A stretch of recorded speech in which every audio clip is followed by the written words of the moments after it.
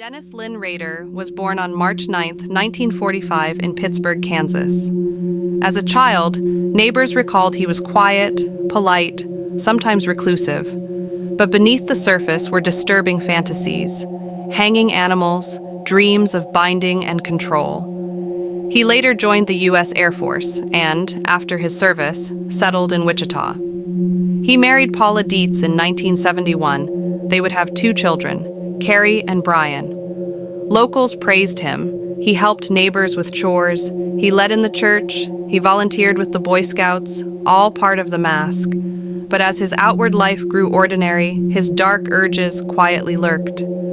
On January 15, 1974, the Otero family, Joseph, Julie, and 2 of their children, were found murdered in their Wichita home. Rader had cut the phone lines, broken in, subdued them, bound them, and left with a watch, a radio, and a horrifying silence. That same year, in April, Catherine Bright was killed in her home. Thus began the pattern: home invasions, bindings, strangulation, and crucially, souvenirs taken from victims, items he would later use to relive his crimes. What set BTK apart from many killers was his need to communicate.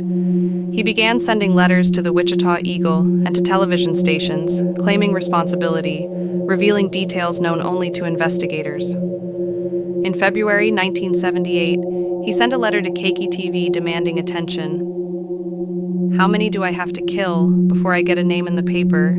BTK." He included poems, illustrations, cryptic messages, and signatures, part of a twisted dance with law enforcement. Between 1977 and 1979, he claimed the murders of Shirley Vian and Nancy Fox. The police released a recording. BTK phoned in to taunt them, saying where to find a victim's body. Then, silence. For years, no murders, no communications. The case went cold. After a long gap, Rader struck again. In 1985, Maureen Hedge was found murdered in her home. Reports claim he then photographed her body, even in his church offices. In September 1986, Vicki Vagerle, a 28-year-old mother, was killed in her own home. Rader preyed upon her alone, using the tactics he had developed over decades. His final known victim came in January 1991. Dolores Davis, age 62, strangled in her home after Rader forced his way in, claiming he would steal her car. After 1991, the killer vanished. No further known murders, no letters, just silence. The mystery remained unsolved, frozen in time. In 2004, after more than a decade of quiet, BTK sent an envelope to a newspaper. Inside, a photocopy of Vagerle's driver's license and photographs of her body, evidence of a crime long cold.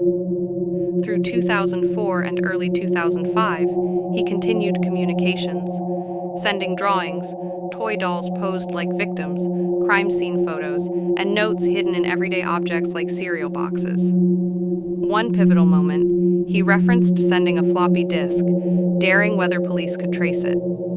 On January 25, 2005, a postcard sent to a Wichita TV station led investigators to an altered Post Toasties cereal box labeling the killer BTK. That same box included instructions and clues. It reopened the case in full force. Law enforcement worked with forensic experts. That floppy disk was key. Metadata traced it to a church in Wichita. Investigators then pulled DNA from the disk and compared it to a pap smear from Rader's daughter, Carrie. The match confirmed the family link. On February 25, 2005, police arrested Dennis Rader. Inside his home, officers found a treasure trove of evidence: bondage kits, photographs, journals of crimes, items stolen from victims, and detailed notes. Rader promptly began confessing to 10 murders. He claimed surprise that police had lied about evidence during questioning. In June 2005, Rader pled guilty to 10 counts of first-degree murder. In August, he received 10 consecutive life sentences, totaling a minimum of 175 years without parole. To this day, he sits in El Dorado Correctional Facility in Kansas, behind bars, but still the subject of intrigue. Over time, suspicions have arisen. Is Dennis Rader responsible for more murders than those he confessed to? In 2023, he was named a prime suspect in 2 cold cases, including a 1976 disappearance.